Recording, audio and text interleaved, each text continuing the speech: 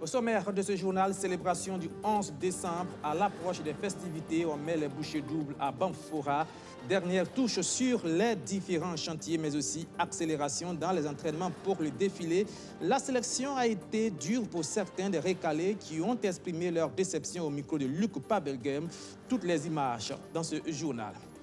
Élection couplée présidentielle législative du 22 novembre dernier. Après le vote, la Commission nationale des droits humains dresse son rapport. Il y a eu quelques avancées, mais aussi des cas de violation, dit-elle. Nous y reviendrons.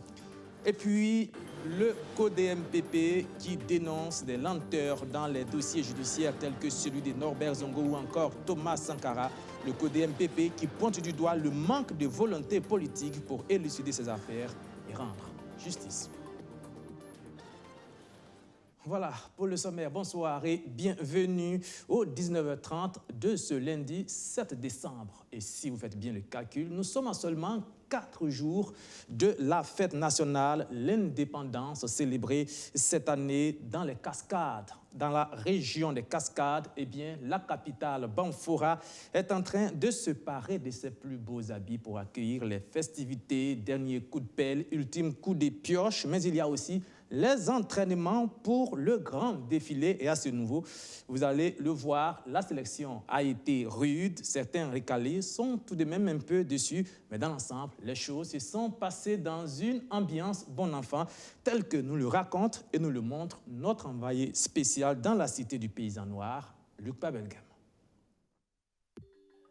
Banfora s'apprête à accueillir le 60e anniversaire de l'indépendance du Burkina Faso ce 11 décembre 2020. Avant l'événement, la ville a fait sa cure au point où la cité du paysan noir est en passe d'être appelée par les jeunes Banf City, tellement la ville s'est littéralement métamorphosée. Banfora n'est pas que Banfi. Cité du paysan noir, la malle est que cité pour la Banf, quand on la Banf City. Ni mɔgɔ min nana Banfora n'a sera yan o bɛna fɔ ko Banfora ti ɲa ye. Mɔgɔ nana village mɔgɔ n'a bɔ yan ka taa n'o sɔrɔ na b'a fɔ cɛ Banfora kɛra tubabu jamana ye. Ces jeunes n'ont pas si tort que ça. Dès l'entrée, après la cité des forces vives, les légendaires rogniers font place à une salle polyvalente qui captive de par son architecture et du dit de nombreux observateurs. Cette salle polyvalente est unique au Burkina Faso. Une autre réalisation qui a changé le visage de Banfora, la place de la nation. Jadis espace vide, ce lieu a évolué et fait place aujourd'hui à une superbe place appelée place de la nation. Dès l'entrée, on retrouve une cafette, une tribune, un grand espace aéré, un podium derrière lequel se trouve un espace enfant. Là également, une innovation pour le 11 décembre. Les rues de Banfora ne sont pas en reste. Ces rues ont également pris une autre allure avec les près de 42 km de bitume posés ici à Banfora. Et les derniers bitumes sont en train d'être posés par les entreprises qui s'activent pour que la fête soit belle. Il faut dire que dans le cadre du projet du 11 décembre, à Banfora, ici, nous avons un linéaire total projeté de 42 km de rue à bitumer. Donc, y compris cette rue 12 qui est derrière nous. Alors, à ce jour, nous avons environ 39 km maintenant qui sont revêtus. Hier, on avait dit 37 km. Aujourd'hui, 2 km se sont ajoutés. Donc, nous sommes à 39 km. Donc, il nous reste encore 700 qui sont en chantier, mais qui vont se terminer d'ici le 6 décembre exactement. Pour un taux d'exécution global moyen de 92%. Comme pour montrer leur adhésion et leur joie d'accueillir les festivités du 11 décembre, les jeunes se sont inscrits massivement pour le défilé entrant dans le cadre de la grande parade.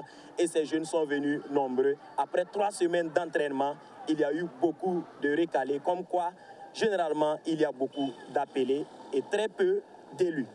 Parce qu'on a fait le défilé, ça vaut 6 séances comme ça. Et puis aujourd'hui, on est venu, on a dit qu'on nous a coupé. Bon, on ne comprend rien, quoi. Qui vous a dit qu'on vous a coupé? Celui qui nous a entraînés, il a choisi les élèves de son établissement et puis c'est notre établissement. Bon, on n'a rien compris dans ça, quoi. Ils ont dit qu'ils ont donné le nombre de groupes qu'ils veulent là. Donc, qu'on a qu'à répartir. Alors qu'on a dépensé, on a payé essence, l'eau même. Là où nous, on est fatigué même. Moi-même, j'avais mal au cou. Mais j'ai forcé faire. J'ai dit, je vais faire au nom de notre région. Mais malheureusement, ils nous ont dit que ce soir, on ne va pas pouvoir faire. Mais pour nous, là même, ce n'est pas pitié. Mais les handicapés, là, et puis les petits-enfants, il y a d'autres enfants même qui pleuraient. Je suis retenue pour le défilé. Toi, tu as fait comment et puis on t'a arrêté? On a recalé beaucoup de gens. Au fait, le monsieur qui nous tenait pour faire l'entraînement, là, il était bon avec nous. Et puis, ce qu'il disait, c'est ça qu'on faisait. Donc, ils nous ont pris quoi.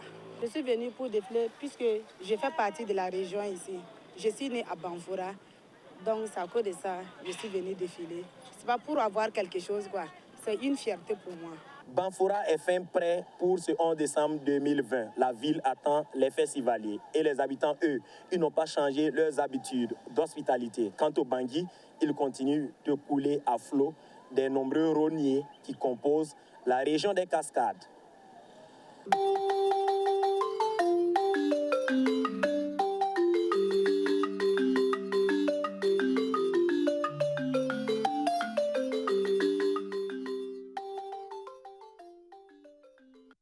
Attention tout de même à consommer avec modération ce jus de rognier, même si visiblement la fête a déjà commencé à Banfora et justement demain nous vous ferons un grand format sur ce jus de rognier appelé Bangui, beaucoup prisé dans la région des Cascades, où BF1 a déployé toute une équipe pour vous faire vivre les festivités. Toute autre chose à présent.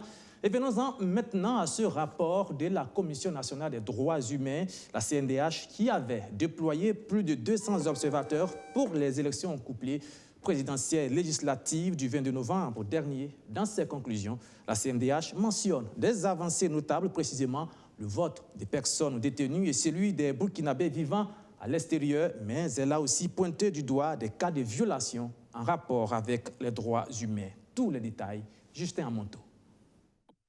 Les commissaires de la CNDH.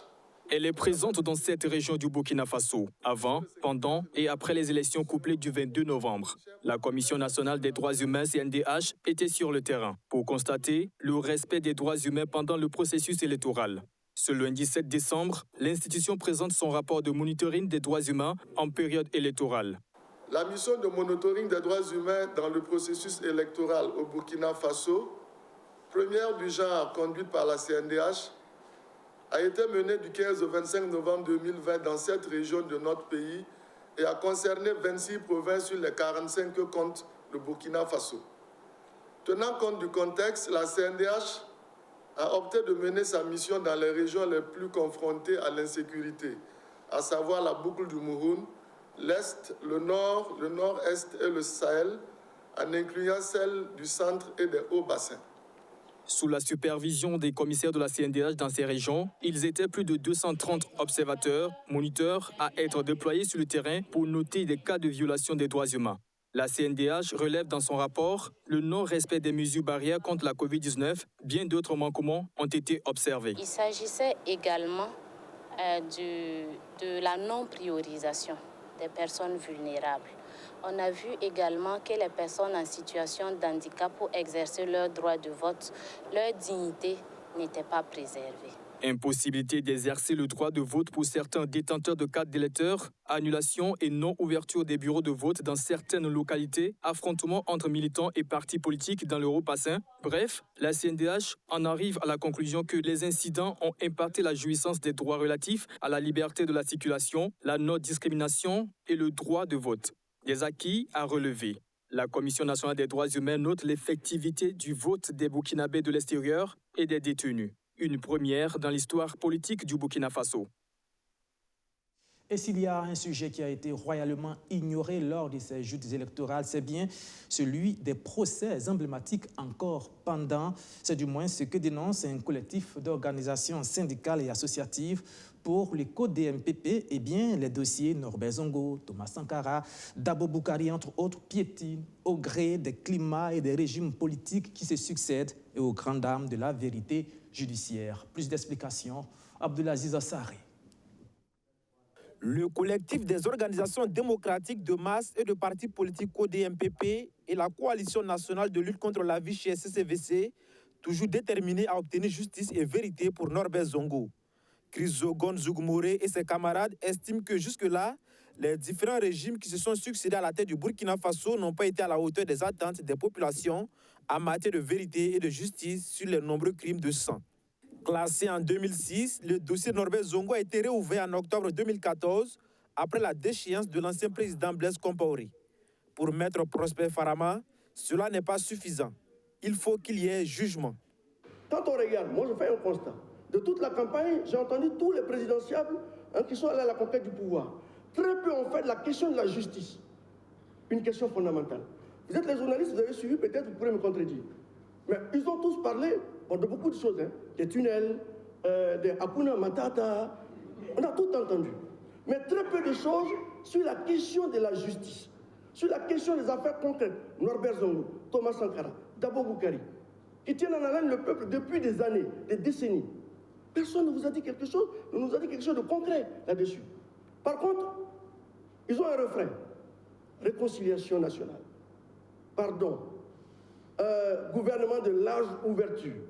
On l'a dit, on le pressent, on n'est pas dupe. Il ne faut pas que les gens pensent que sur le dos du peuple, et au détriment de ces assassinats-là, ils vont venir et se faire les deals de partage du pouvoir sans qu'on ne réagisse. Le président de la CCVC, Bassolma Bazié, lui, est contre la criminalisation de l'insurrection populaire par l'Assemblée nationale. Ça a été fait par l'Assemblée nationale. Et on sait très bien que ce qu'ils craignent, c'est quoi? C'est que le collectif qui porte la flamme de la bataille associé à la CCVC, ça ne puisse pas continuer dans la conscientisation des masses et aboutir à un soulèvement contre la mauvaise gouvernance, dont la mauvaise gestion de ces dossiers de crimes de sang. Donc la criminalisation de l'insurrection populaire, ceux même qui se font appeler des insurgés, c'est une action politique. Cette rencontre s'inscrit dans le cadre des préparatifs de la commémoration du 22e anniversaire de l'assassinat de Norbert Zongo et de ses compagnons d'infortune. Dans le combat pour la conquête de nouveaux droits et la préservation des acquis sociaux professionnels, les travailleuses veulent prendre toute leur place et toute leur part. La question était au centre d'un séminaire organisé par les femmes militantes de la CGTB. Elles appellent notamment leurs camarades à plus d'engagement. Majid Bakoua. Elles sont des femmes militantes de la CGTB, la Confédération générale des travailleurs du Burkina, venues des 13 régions. Réunies ici à Ouagadougou, elles renforcent leur capacité sur la situation socio-professionnelle des femmes travailleuses et la question du syndicalisme. L'objectif est de contribuer au renforcement de l'engagement syndical des femmes. Il faut qu'on voit comment faire une plateforme pour les femmes. Et pour ce faire, nous avons observé qu'au niveau des femmes, il y a plusieurs organisations et plusieurs même syndicats où on trouve beaucoup de femmes. Et la plupart du temps, ces femmes ne sont pas organisées dans les syndicats. Donc pour nous, c'est l'occasion de pouvoir organiser ces femmes dans les syndicats et de pouvoir leur permettre de faire des revendications spécifiques aux femmes. Autre point abordé durant ces 48 heures de formation, le contenu du Code burkinabé des personnes et de la famille. Le Code des personnes et de la famille n'est pas bien connu. Il n'est pas adapté à nos réalités. Et pour nous, il faut d'abord qu'on se batte pour que ce code-là soit pris, les aspects de la femme, des préoccupations de la femme, soient pris en compte dans le Code des personnes et de la famille. Désormais bien outillées, ces femmes repartent dans leur localité pour mener la lutte et former leurs camarades en vue de l'avancement des droits des femmes. Ce séminaire national a été possible grâce à l'appui de la Fondation Rosa Luxembourg. C'était l'une des priorités du quinquennat de Roch Marc Christian Kaboré qui vient de s'achever, la gratuité des soins de santé pour les femmes enceintes et les enfants de moins de 5 ans. La mesure est entrée en vigueur depuis 2016. Comment s'est-elle opérée sur le terrain? L'ONG SPONG s'est posé la question au cours d'enquêtes menées dans plusieurs hôpitaux. La restitution des résultats fait ressortir des efforts à fournir pour améliorer le système. Stéphanie Hien. Nous sommes dans les locaux du SPONG, le secrétariat permanent des organisations non gouvernementales. Ici, On parle de gratuité effective des soins pour les femmes et les enfants de 0 à 5 ans. Des enquêtes menées dans les différents districts sanitaires du Burkina, les ONG se rencontrent pour analyser les données recueillies avant de les mettre à la disposition des décideurs et de l'opinion publique. Cette rencontre devrait leur permettre de proposer des recommandations pour renforcer la mesure de gratuité et surtout de faire un plaidoyer pour améliorer l'accès aux prestations. De façon globale, la mesure est très bien suivie, quoique nous sommes en train de voir avec les partenaires comment en fait améliorer l'accès de cette gratuité aux femmes et puis aux enfants de 0 à 5 ans. Tout n'est pas parfait. Tout n'est pas parfait, mais nous comptons sur l'ensemble des acteurs pour qu'à terme, nous puissions avoir une amélioration de la qualité de l'accès aux soins de santé. Dans son approche, le SPONG bénéficie de l'appui financier de l'UNICEF, car les objectifs cadrent parfaitement avec la mission de cet organisme des Nations Unies, le bien-être de la femme et de l'enfant dans le monde. Pour nous, la voix des femmes et la voix des enfants est assez importante pour pouvoir apporter des ajustements et corriger et faire en sorte que la mesure se perfectionne, n'est-ce pas, au fil du temps, au profit des couches les plus vulnérables que sont les femmes et les enfants. Au nombre des recommandations faites par le SPONG, on retiendra notamment l'intensification de la communication sur la mesure de gratuité et la mise en œuvre des conclusions des contrôles sur le terrain en encourageant les agents exemplaires et en sanctionnant les agents indélicats conformément aux dispositions légales en la matière. 6 régions sont concernées par le projet, à savoir le Centre-Nord, le Centre-Est, le Centre-Ouest, le Centre-Sud, l'Est et le Sahel. Les Nations Unies aussi intéressées par le bien-être des migrants installés ou des passages sur le sol au burkinabé, et cela donne un projet de construction d'un centre d'accueil au Burkina Faso, une enceinte à bâtir sur 8000 mètres carrés et dont la première pierre a été posée par le ministre en charge de l'administration territoriale, Alexis Belemnaba. Ce coup de trouelle du ministre en charge de l'administration territoriale et celui du chef de mission de l'Organisme des Nations Unies chargé des migrations marque la pose de la première pierre du centre dédié aux migrants. Un centre de plus de 8000 mètres carrés comportant des bâtiments de 80 lits, une infirmerie, un local administratif et d'autres commodités. Ce projet est le fruit d'une initiative conjointe du gouvernement burkinabé et ses partenaires, notamment l'Union européenne et l'Organisation internationale pour les migrations. Le coût de ce projet est estimé à plus d'1 milliard de francs CFA. Notre contexte national et international est fait d'un certain nombre d'éléments qui contraignent un peu à la migration. Vous avez les catastrophes naturelles, vous avez également le terrorisme, vous avez les conflits intercommunautaires, vous avez également les volontés des hommes donc, de se mouvoir avec la perspective d'avoir des lendemains meilleurs, même quand à la fin ça désenchante. Et à ce moment-là, nous avons des retours. Donc les retours, ça peut être donc, des migrants qui sont en transit pour d'autres pays, ça peut être des migrants qui reviennent au pays. Et à ce moment, qu'est-ce qu'on fait? C'est l'intérêt de ce centre-là aujourd'hui. C'est au regard de cette situation que l'OIM pense qu'il doit exister à Ouagadougou une structure d'hébergement pouvant accueillir les migrants. L'OIM soutient les migrations régulées et ordonnées. Tout le monde a le droit de migrer, c'est un droit. Donc aujourd'hui pour nous, quand on voit un gouvernement tel que le gouvernement du Burkina Faso qui met en place un centre qui sera au cœur des bien-être des personnes qui migrent, qu'ils soient burkinabés ou en transit, nous ne pouvons que saluer cela. L'OIM est très satisfaite aujourd'hui de cette initiative et nous allons accompagner le gouvernement dans ce processus.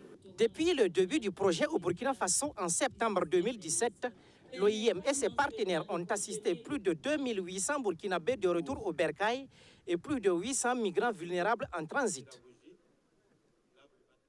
On peut aussi les considérer, et à juste titre même, comme des personnes vulnérables à cause de leur âge très avancé. Il s'agit des hommes et des femmes du 3e âge. Ceux de la province du Boulkemdé ont été célébrés hier et ce, à travers des dons en vivre et non-vivre en présence de plusieurs membres du gouvernement. Benjamin Kwame. Ils étaient tous heureux de se voir honorer pour la deuxième fois consécutive ces personnes âgées de la commune rurale de Sabou.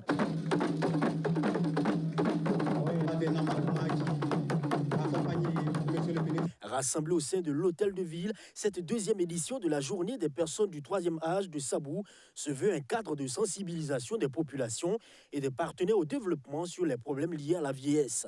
Les personnes âgées, par moments, sont ignorées, comme si c'est des gens qui ne peuvent pas apporter. Et tout de suite, nous avons compris que c'est une ressource qu'il faut valoriser en leur apportant la santé, en leur apportant le nécessaire, en leur apportant un sourire. C'est pourquoi nous estimons que des jeunes qui peuvent perdre leur repère peuvent prendre une source avec des conseils des personnes âgées. C'est pourquoi nous avons initié ce projet. C'est également une journée de mobilisation des ressources nécessaires à la mise en œuvre d'actions de soutien pour ces personnes. Et justement, des tonnes de vivres ont été mobilisées à l'endroit de plus de 1000 personnes. Nous avons au total 16 tonnes de vivres reçues d'une valeur de 6 340 750 francs CFA. Nous avons reçu en espèces 2 271 250, je dirais en valeur financière globale de 8 612, et ça note une très grande satisfaction. Nous sommes vraiment contents. Cela fait 2 ou 3 ans que nous recevons régulièrement des dons. Tous les habitants de la localité, jeunes ou vieux, sommes reconnaissants pour ces bienfaits. Nous formulons des bénédictions afin que l'initiative puisse se pérenniser. Parlant d'actions de soutien durable, le comité communal de jumelage, initiateur de cette célébration, a lancé la construction d'une maison pour les personnes âgées dont la pose de la première pierre est intervenue ce jour. Toutes ces actions sont saluées par le ministre en charge de l'économie. Le sens que nous voulons donner, c'est d'abord l'esprit de solidarité.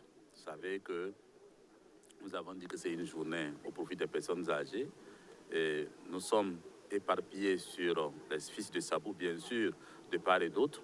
Et nous avons voulu accompagner justement avec le comité de jumelage ces efforts-là à travers, bien sûr, une cérémonie qui regroupe l'ensemble des fils et filles de Sabou, qui contribuent, bien sûr, avec nos partenaires pour essayer d'apporter, un tant soit peu, notre modeste contribution pour soulager donc les difficultés de ces personnes âgées. Ces actions sont à encourager, mais elles seraient encore bénéfiques de les institutionnaliser. Autre activité dans le cadre de cette célébration, c'est la consultation médicale de ces vieilles personnes. Tous diagnostiqués, Lassane Kaboré souhaite que la prise en charge des malades soit vraiment effective. Cela ne vous a pas échappé que nous sommes aujourd'hui lundi et comme tous les lundis, notre rendez-vous hebdomadaire pour parler d'économie. Chronique Éco maintenant.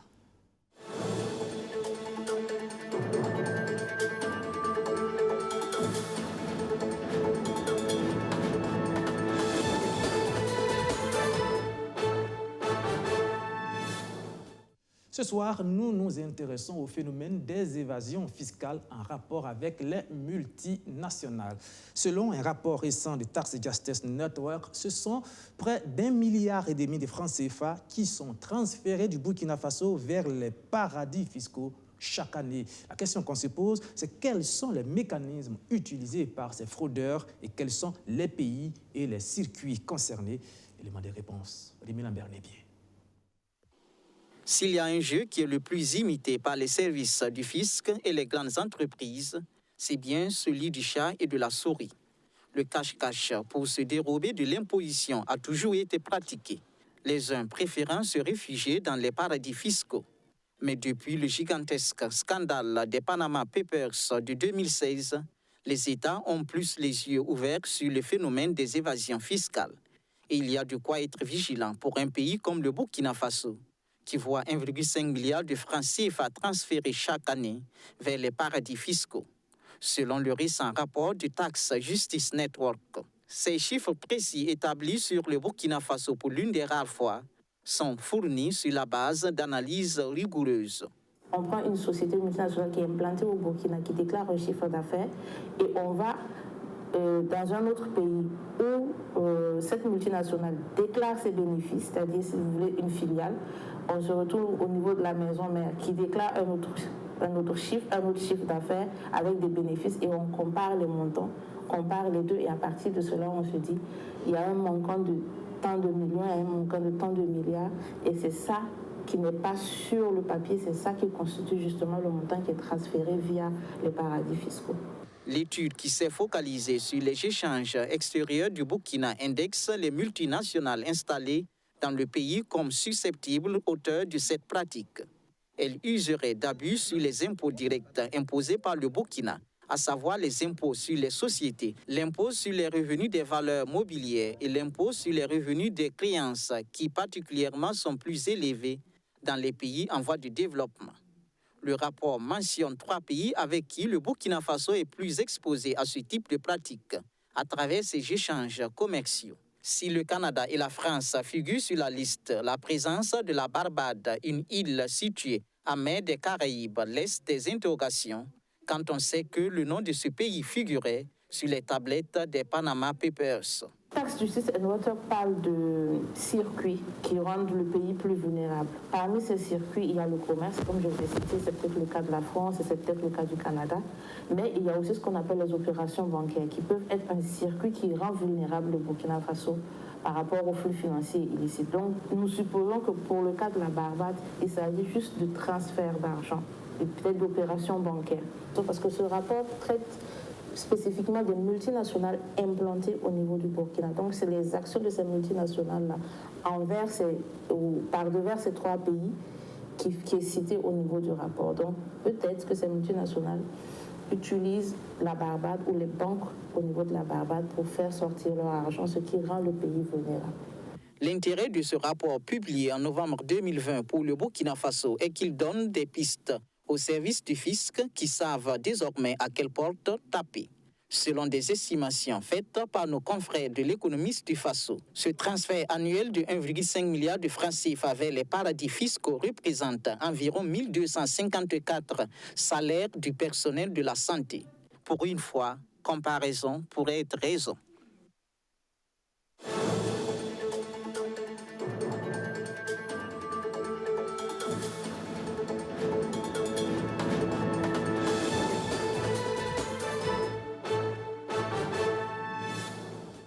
On reste en économie, on parle surtout de commerce et d'industrie avec la 2e session annuelle du conseil d'administration du secteur ministériel de ce département, un CACEM, au cours duquel il a été surtout sujet de faire une projection dans les années à venir. Majid Bakouan pour plus d'explications. Revisiter, examiner et adopter le plan d'action prioritaire triennal 2021-2023. Revoir le plan de travail annuel 2021. Le ministère du Commerce, de l'Industrie et de l'Artisanat tient sa 2e session ordinaire 2020 du conseil d'administration du secteur ministériel. Pour Aruna Kabouré, ces réflexions doivent aider à dégager des voies et moyens pour renforcer les performances de son département. Avec l'adoption de l'approche de la gestion axée sur les résultats, le gouvernement a pris une option fondamentale pour asseoir désormais la culture de la planification stratégique et opérationnelle à tous les niveaux pour plus de résultats et d'efficience dans ses actions.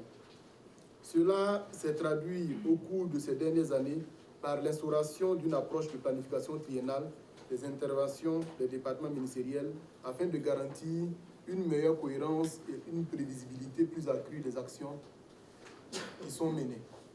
Cette approche, le ministère du Commerce, de l'Industrie et de l'Artisanat l'a internalisée à travers l'adoption d'une démarche et d'un cadre programmatique orienté vers les résultats en cohérence avec nos ambitions de concrétiser la vision que nous sommes donnée qui est, je cite, de faire de la transformation et de la consommation des produits locaux le socle de développement endogène du Burkina Faso. Cette session coïncide avec la fin du premier cycle du PNDS, le Plan national de développement économique et social.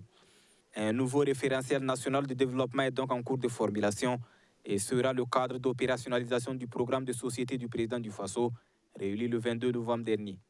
Il vous souviendra que nous avons adopté le budget 2021 à travers donc, la représentation nationale.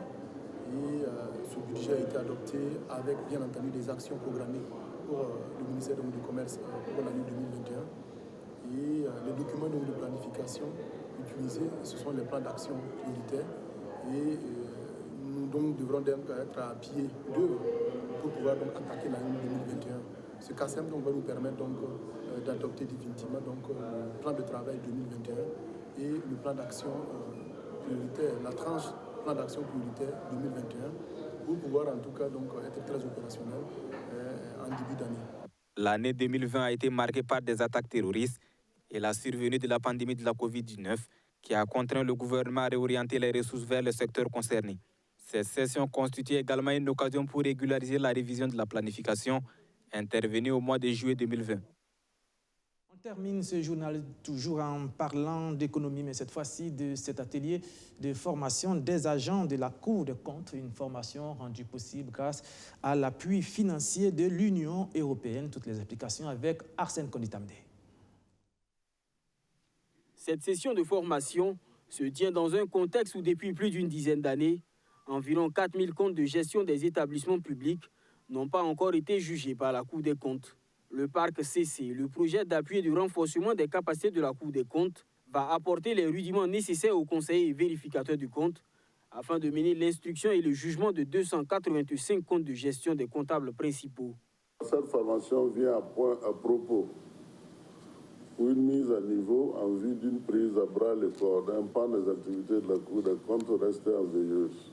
Car nous envisageons, après le jugement de 285 comptes, dans le cadre du PAC CC,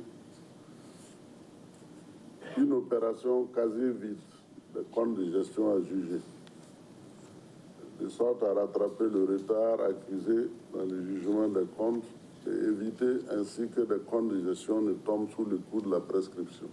À travers cette formation, l'un des objectifs majeurs est de pouvoir juger à nouveau et sanctionner les comptables qui se seraient rendus coupables de mauvaise gestion. À un moment, la Cour a un peu perdu de vue l'importance de ce volet-là, jugement des comptes. Elle s'est beaucoup apaisanté sur le volet contrôle de gestion.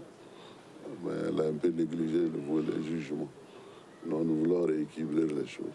C'est d'ailleurs à travers le jugement des comptes qu'on peut sanctionner. C'est là qu'on peut relever des fautes de gestion.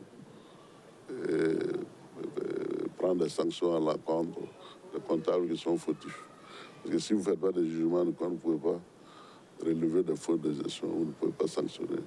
La Cour des comptes, dans le but de consolider son premier plan stratégique 2014-2018, s'est dotée d'un nouveau plan stratégique 2019-2023, évalué à environ 5,5 milliards. Un plan qui prend en compte les activités de renforcement des capacités des acteurs afin de les rendre plus performants. Voilà, et c'est la fin de ce journal. Merci de l'avoir suivi. Je vous donne donc rendez-vous demain à même heure à 19h30. Au revoir.